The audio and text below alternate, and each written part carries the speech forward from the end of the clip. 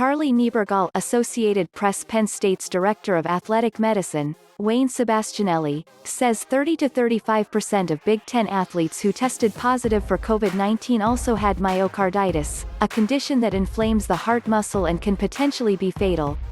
Per Parth Upadhyaya of the Center Daily Times, Sebastianelli said Monday during a State College Area Board of Directors meeting, "When we looked at our COVID-positive athletes, whether they were symptomatic or not, 30 to roughly 35% of their heart muscles are inflamed. And we really just don't know what to do with it right now. It's still very early in the infection." Some of that has led to the Pac-12 and the Big Ten's decision to sort of put a hiatus on what's happening. Studies have discovered a link between the coronavirus and myocarditis, per Paula Lavigne and Mark Schlabach of ESPN. A study published in July in JAMA Cardiology found that out of 100 adult patients in Germany who had recovered from the COVID-19 infection, 60% had findings of ongoing myocardial inflammation.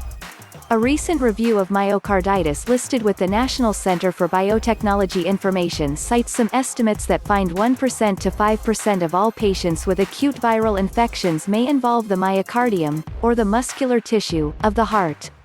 Concerns over both the coronavirus and myocarditis led the Mid-American Conference, the Mountain West, the Big Ten and the Pac-12 to postpone the fall athletic season, including football. The NCAA also postponed all fall championships outside of football.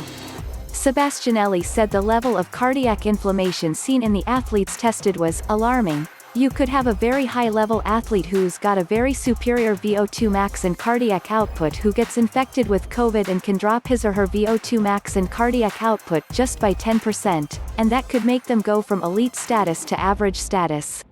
We don't know that. We don't know how long that's going to last.